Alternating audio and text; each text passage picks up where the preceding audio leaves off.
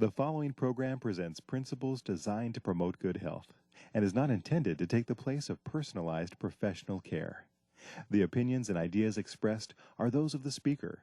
Viewers are encouraged to draw their own conclusions about the information presented.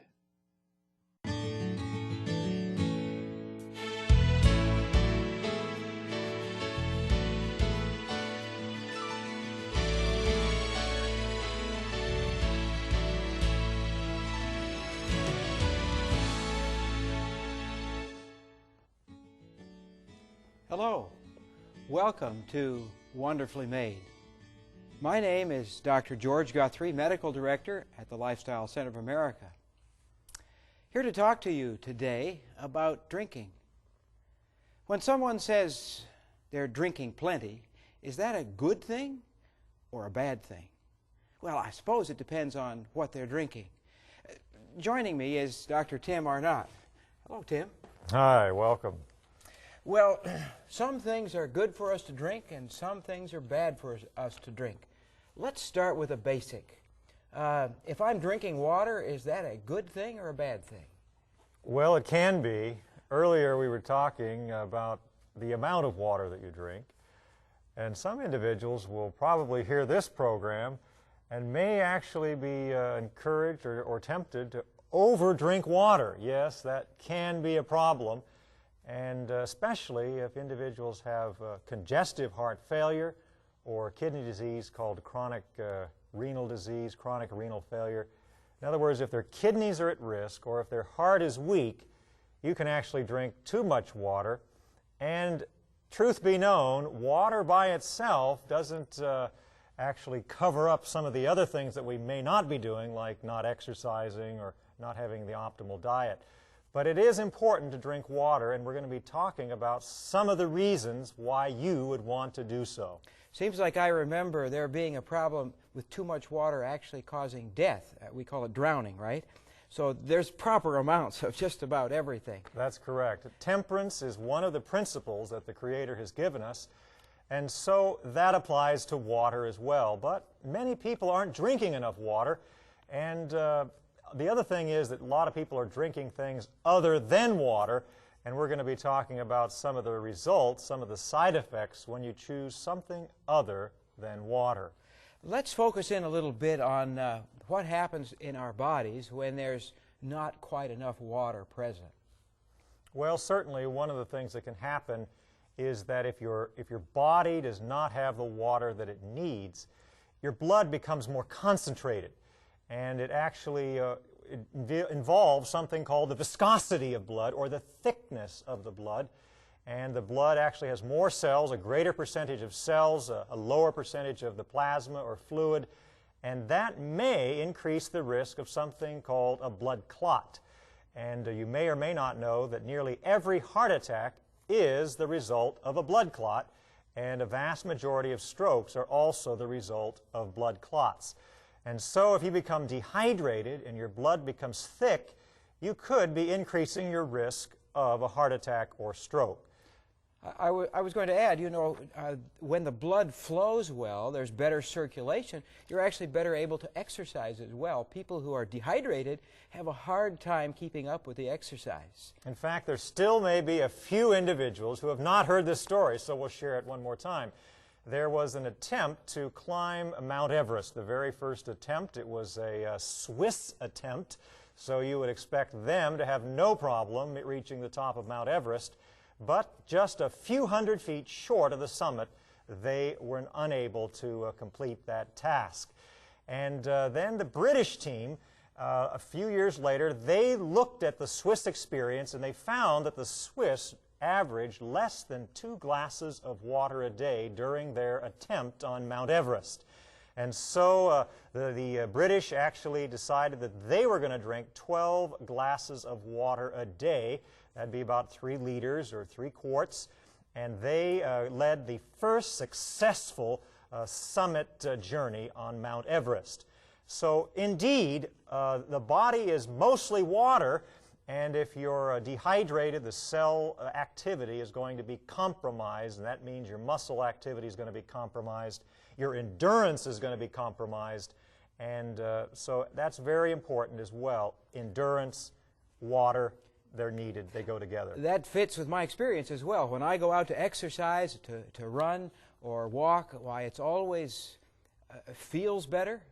I enjoy it more if I'm well hydrated. Without the water, I poop out a whole lot sooner.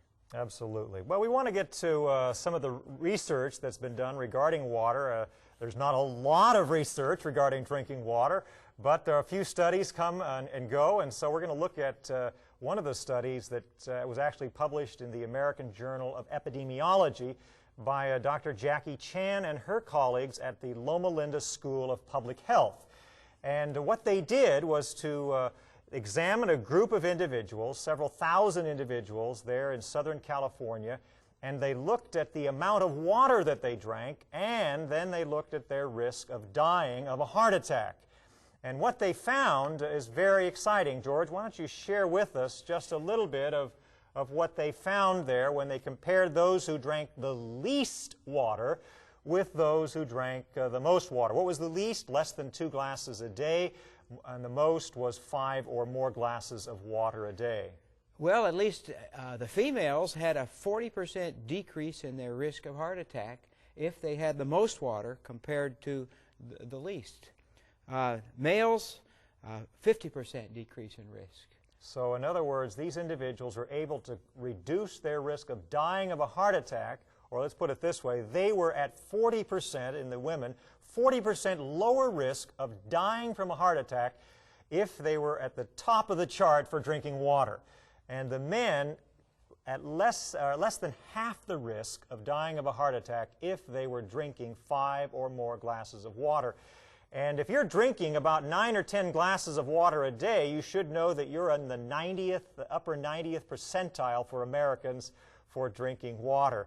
So that's why you may not think that 5 or more glasses is very much, but on an American average, that's actually quite a bit of water. So, Tim, I need to get fluid in, but just plain water just seems a little bit plain. So is it okay if I take it in as soda pop? What about diet soda? Is that okay? Well, it's interesting that Dr. Chan there and her colleagues at the Loma Linda School of Health looked at this as well. They looked at the intake of non-water beverages and the associated risk of dying of a heart attack. And what they found in the women who were drinking the most non-water beverages actually had 2.5 times greater risk. They were at 2.5 times greater risk of dying of a heart attack. And for the men, it was actually a 50% greater risk of dying of a heart attack. Now, these are not direct cause and effect relationships necessarily, but they are associations, and these researchers tried to screen out all of the other causes of heart disease that they possibly could to try to just look at the water effect. So apparently, if you read their discussion in that article, apparently some of these other fluids, like the fruit juices, for example, they're very high in what we would call osmotic content, which means when you take them into your intestine, the water is actually drawn into your intestine to dilute that fruit juice, and that can be dehydrating your blood at the same time, at least temporarily, and that could, at least for the short term, increase the viscosity or thickness of the blood, increasing the risk of a blood clot and a heart attack. I think it's important to point out that it's the article does not prove the cause and effect relationship between poor blood flow and water, but it's a good, we can speculate that that's a good explanation. If there's a lot of liquid water in the blood so it flows well, then that's less likely to cause a heart attack or a blood clot. But if it's sticky, why, it doesn't flow as well, poor circulation, and the risk goes up. Very interesting. Now, George, there's another interesting phenomenon that we want to talk about. Most individuals may not realize that when you stand up, about a half a liter of blood pools in your legs, or at least that's the potential. And so what should happen is that those arteries and veins should actually squeeze down and increase the return of blood to the heart. But there are some individuals who have a condition And let's talk more about what that condition is. We call it orthostatic hypotension, and it goes something like this. Sitting down or lying down, and you get up quickly. When you get up quickly, the blood tends to go down to the feet. When it goes to the feet, there's not quite enough blood for your head. And without enough oxygen, why, things may feel just a little bit dark or maybe dizzy, and some people will actually faint or fall. Now, when they fall, their head gets down where their feet is, and the blood catches up, and they'll wake up again. So it's not nearly the problem. Orthostatic hypotension is not treated often by doctors in the United States, but in Europe, doctors actually use drugs to help raise the blood pressure in people who are having this orthostatic hypotension. Orthostatic hypotension may be caused by several things. Yes, actually, if someone has diabetes type 1 or diabetes type 2, they can actually have injury to the nerves that would normally stimulate the blood vessels to constrict when you stand up, maintaining perfusion of blood to the head. But in those individuals, those nerves are damaged, and so you don't get the blood vessel constriction. Blood pools in the legs, blood pressure drops, and you may or may not get enough blood to the head.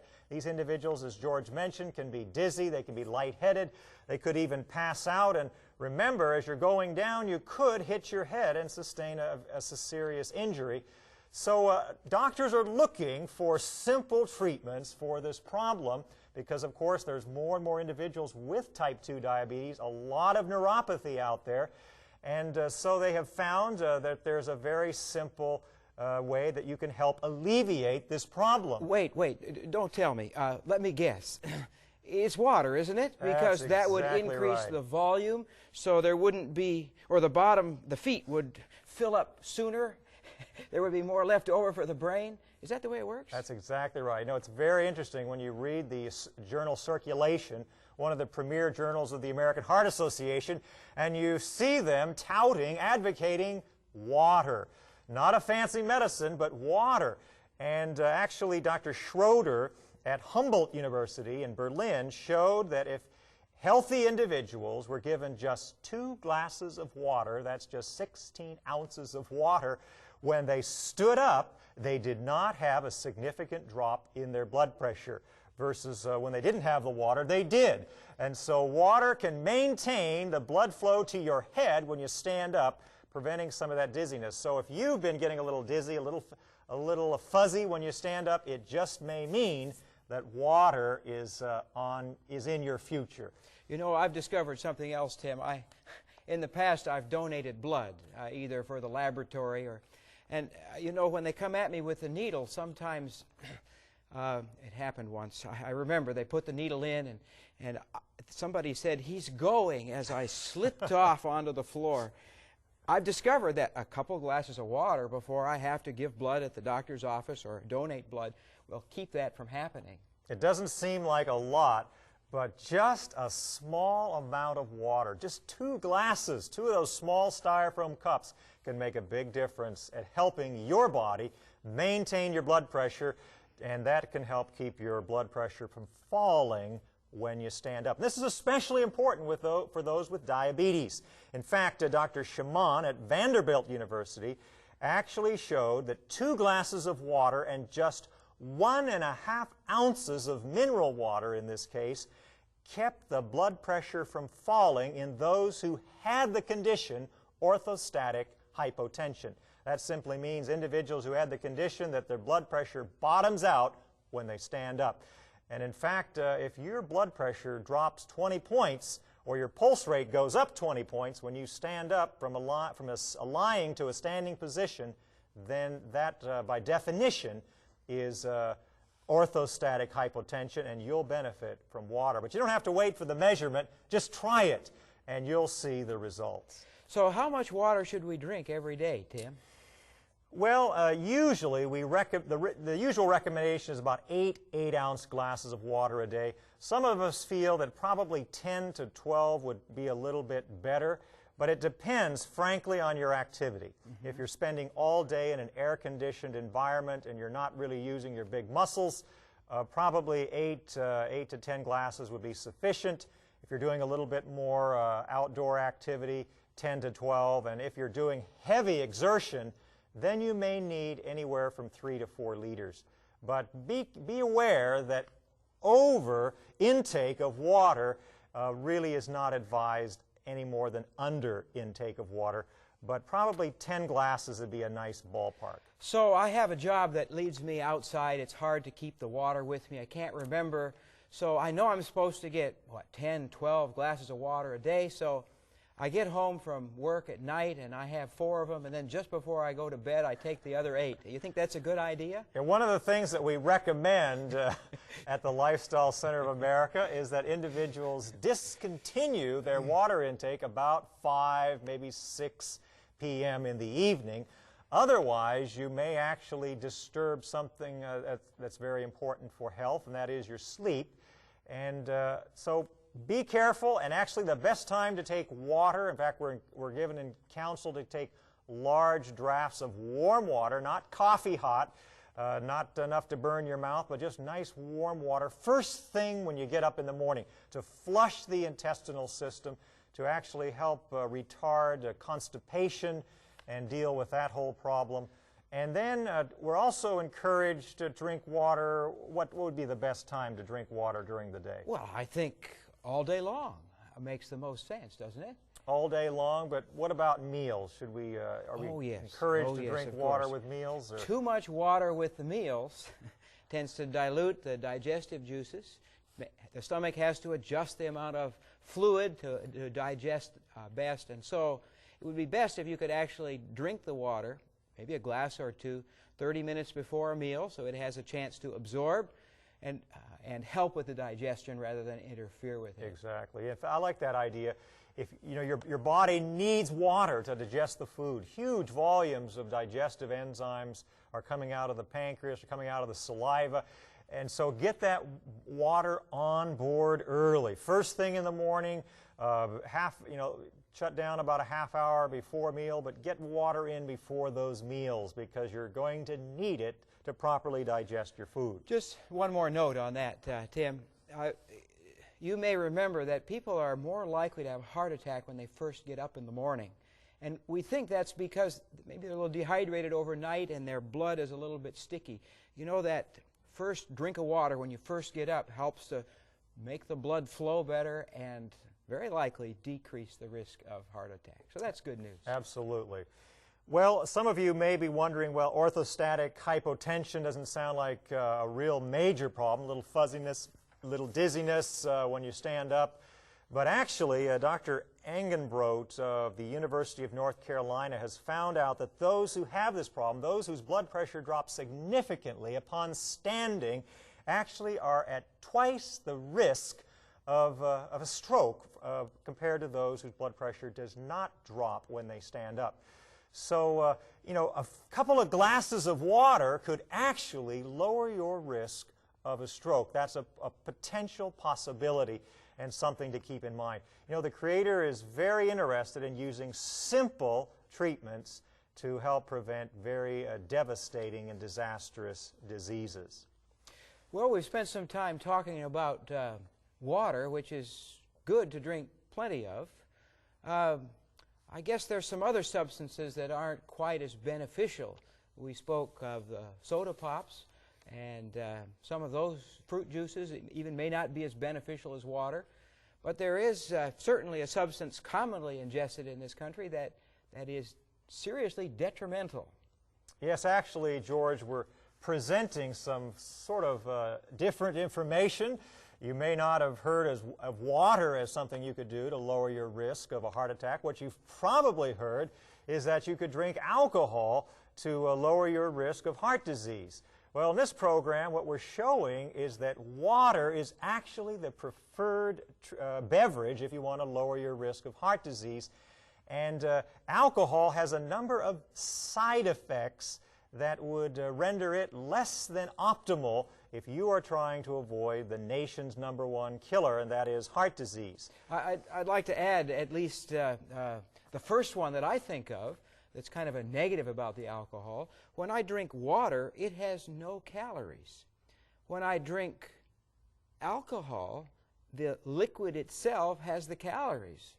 And I know that the American Diabetic Association in their exchange diet has labeled alcohol as a fat. If you're going to have alcohol with a meal, you take it as a one of the fat portions, because that's what our body does to it. It turns it into generally stored energy.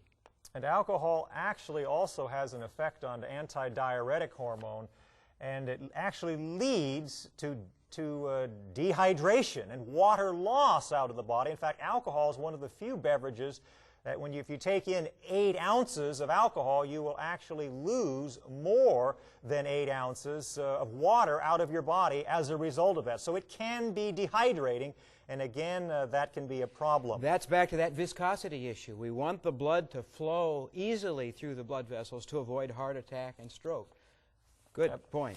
Now we want to talk about the effect of alcohol in the body. We've heard about the effect of maybe improving the risk of heart disease, but actually alcohol is a toxin to the nerves. And recent research has indicated that alcohol actually interferes with the protein receptors that are on the cells. These receptors are very important for cell communication. They're important for transmitting nerve impulses down the nerves so you can have proper function in the body. And especially we're concerned about these nerves that are in the frontal lobe, these very most delicate and most intricate of our nerves in the body.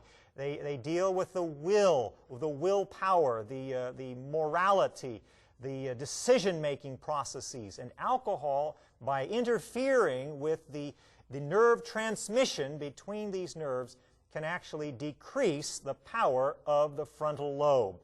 And so we see people making choices under the influence of alcohol that they would never otherwise make because they're not getting the full benefit of their reasoning power, their willpower, and this is a result of the alcohol on the nerve receptors. I noticed, Tim, that the World Health Organization has alcohol labeled as a poison.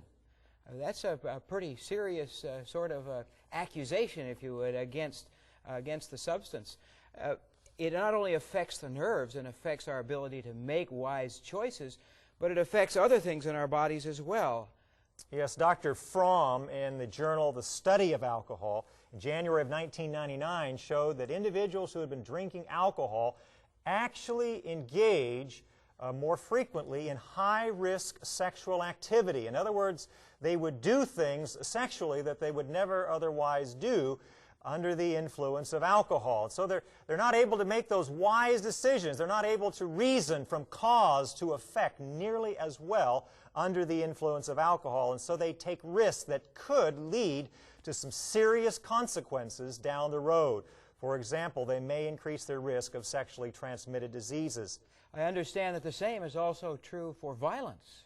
That's correct. Dr. Gordis and his colleagues at the National Institute of Alcohol Abuse and Alcoholism report that 1 out of 4 victims of violent crime, they report that their perpetrator, that person doing the violence, had been drinking prior to that episode.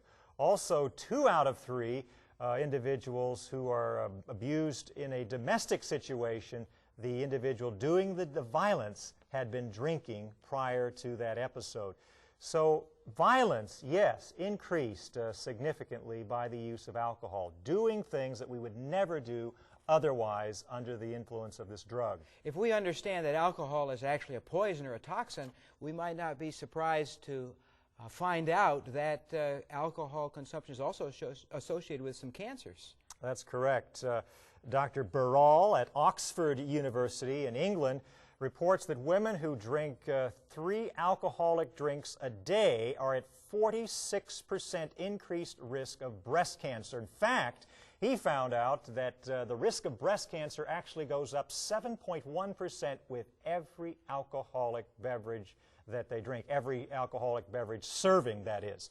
So 7% increased risk in breast cancer with every serving of alcohol. No small increase. And this kind of increase has been seen in the Nurses' Health Study at the Harvard School of Public Health.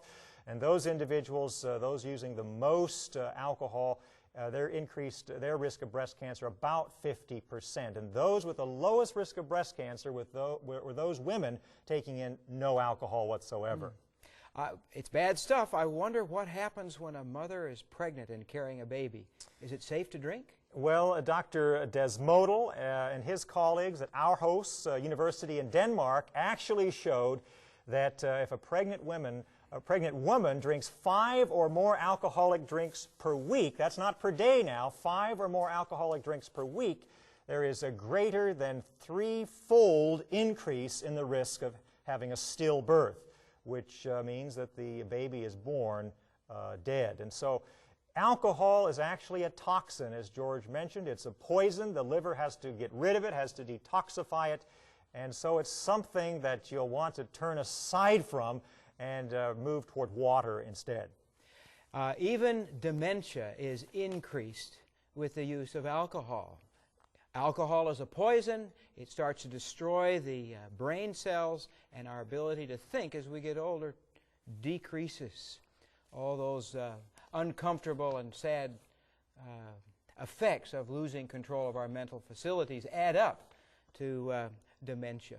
Hey, Dr. Zador, speaking of the dementia, speaking of the effect of alcohol upon the mind, Dr. Zador, in the Journal of the Study of Alcohol, actually reported that young men, basically 16 to 20 years of age, who had a blood alcohol level that is currently legal in many states, 0.08% to 0.1%, they were actually at 52 times increased risk of dying in a single motor vehicle accident than those young men who did not have any alcohol in their blood. And so even alcohol of a small enough amount to give you a legal blood level is still impairing the ability to operate a motor vehicle, which requires the frontal lobe, it requires those quick decisions, and you just don't have it. In fact, loss of sleep actually gives you a similar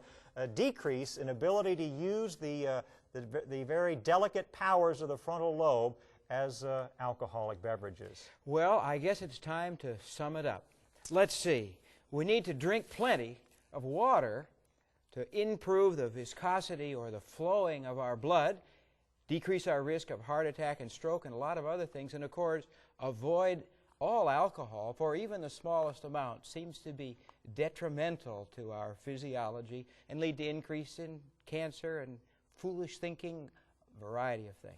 And alcohol can actually lead individuals to make the choices that they would never make otherwise. And that's why the Creator has given us this powerful message in Proverbs 20, verse 1, wine is a mocker, strong drink is raging, and whosoever is deceived thereby is not wise.